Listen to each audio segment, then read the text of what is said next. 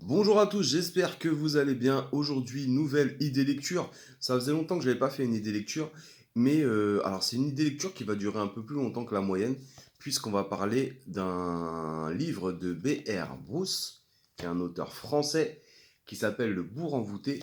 C'est sorti dans la collection Marabout Fantastique, pour ceux qui connaissent un peu cette collection. C'est une collection ancienne, hein. Voilà, Bibliothèque Marabout Fantastique. Euh, Vous voyez, hein, c'est un livre ancien. Moi, j'aime bien les livres anciens. J'aime bien aussi la façon dont c'est écrit, puisque ça me permet aussi d'avoir de l'inspiration pour mon écriture, puisque forcément, l'écriture ancienne et l'écriture moderne, bah, ça n'a rien à voir. Le langage est souvent beaucoup plus soutenu. Les phrases sont souvent mieux, comment dire, mieux construites, etc. Sans dénigrer, bien sûr, la littérature moderne. Mais donc ce livre de B.R. Bruce, Le Bourg envoûté, j'ai hésité longtemps avant de vous faire cette idée lecture. Pourquoi? Parce que B.R. Bruce est considéré dans la littérature comme un auteur problématique. Qu'est-ce qu'un auteur problématique? C'est un auteur qui, humainement, du côté un peu plus perso, ou même dans ses livres, hein, alors là, c'est pas le cas dans son livre. C'est pas le cas dans son livre. Ce livre, c'est un livre paranormal, hein, fantastique, paranormal, mystique, ésotérique. Franchement, j'ai beaucoup aimé son livre. Par contre, quand je suis parti me renseigner sur l'auteur, j'ai trouvé pas mal de choses assez compromettantes dessus, comme quoi bah, il avait collaboré pendant la Seconde Guerre mondiale, euh, il a un passé un peu nazi, de collabo avec Pétain, tout ça. Donc, je vous conseillerais pas d'aller l'acheter. Je vous conseillerais pas d'aller l'acheter puisque c'est un petit peu contre mes principes fondamentaux et mes valeurs humaines.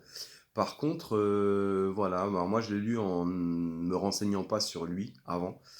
Mais après, c'est un grand débat. Est-ce qu'il faut dissocier l'auteur de l'être humain, du politique? Est-ce qu'il faut canceller toutes ces personnes en fait qui peuvent être problématiques? On a vu le cas pour R. Kelly il n'y a pas longtemps, ou encore Polanski, tout ça. Maintenant, à vous de juger. Je vais vous lire quand même la quatrième de couverture sur Le Bourg envoûté. Et puis, bah voilà,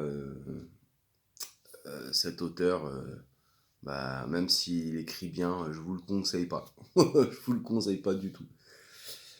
Un petit village d'Écosse. À première vue, pour Jack Deans, écrivain séduit par le merveilleux, le décor est idéal.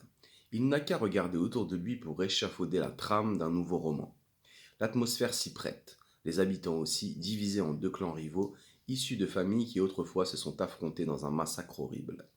On prétend que cette terreur séculaire existe toujours. On prétend même que de loin en loin, le massacre recommence. Que, par quelque opération magique, le passé et le présent ne font alors qu'un et que le village tout entier devient un enfer. Donc, cette histoire, c'est un auteur qui va visiter un village écossais. Alors, il y a tout l'environnement du village, l'atmosphère oppressante, la lande, deux clans, donc deux familles anciennes qui se font une guerre de clans avec des morts fantastiques ou pas fantastiques. Un petit peu de sorcellerie dedans avec voilà il y a trois femmes qui ressemblent un peu à des sorcières dans ce roman, et aussi une petite histoire d'amour quand même, hein.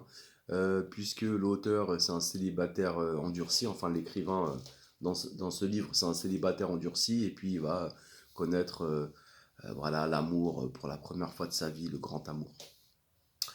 Voilà. Donc, Le Bourg envoûté, sorti chez Bibliothèque Marabout. C'est du fantastique, c'est de B.R. Bruce.